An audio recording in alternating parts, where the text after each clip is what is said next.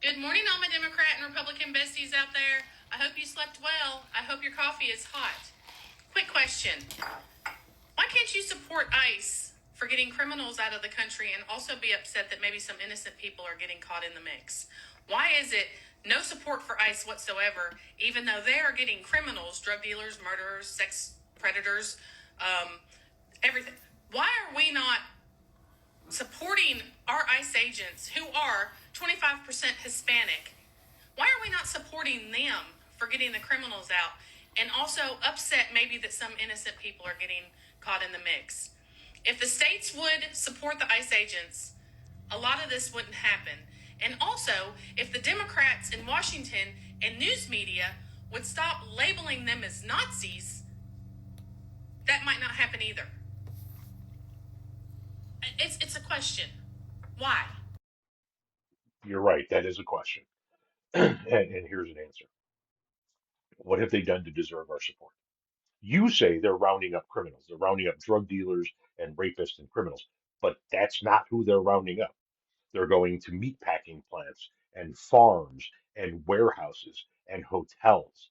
They're rounding up people that are working hard and just trying to put a roof over their head that happen to be in this country illegally.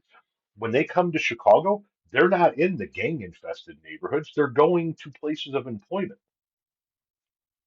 When they go to Los Angeles, they're going to parks and places of employment in Texas and in Florida and in state after state after state. You keep saying the lie. You keep repeating the lie that they're going after criminals. They're not. They don't have the balls to go into the gang infested neighborhoods in Chicago, New York, Los Angeles, Philadelphia. They don't have the ball unless they go in, with like a fucking armored division.